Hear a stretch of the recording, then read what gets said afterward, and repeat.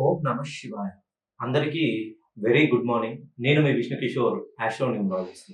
So, ఎవరైతే ఈ 2026 నూతనంగా ఇవాళ ప్రథమ సోమవారం రోజున సో, శివుడికి ఇప్పుడే అభిషేకం చేసి మనసారా స్మరించి ఒక విషయం చెప్పదలుచుకున్నాను.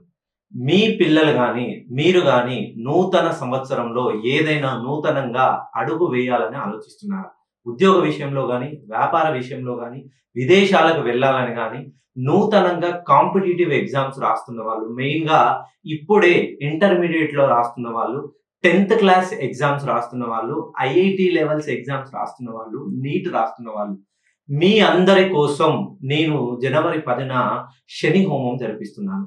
శని భగవానుడి కృప ఉంటేనే మన జీవితంలో అడుగులనేది ముందుకు పడతాయి. మీరు ఒక్కటి గుర్తుపెట్టుకోండి.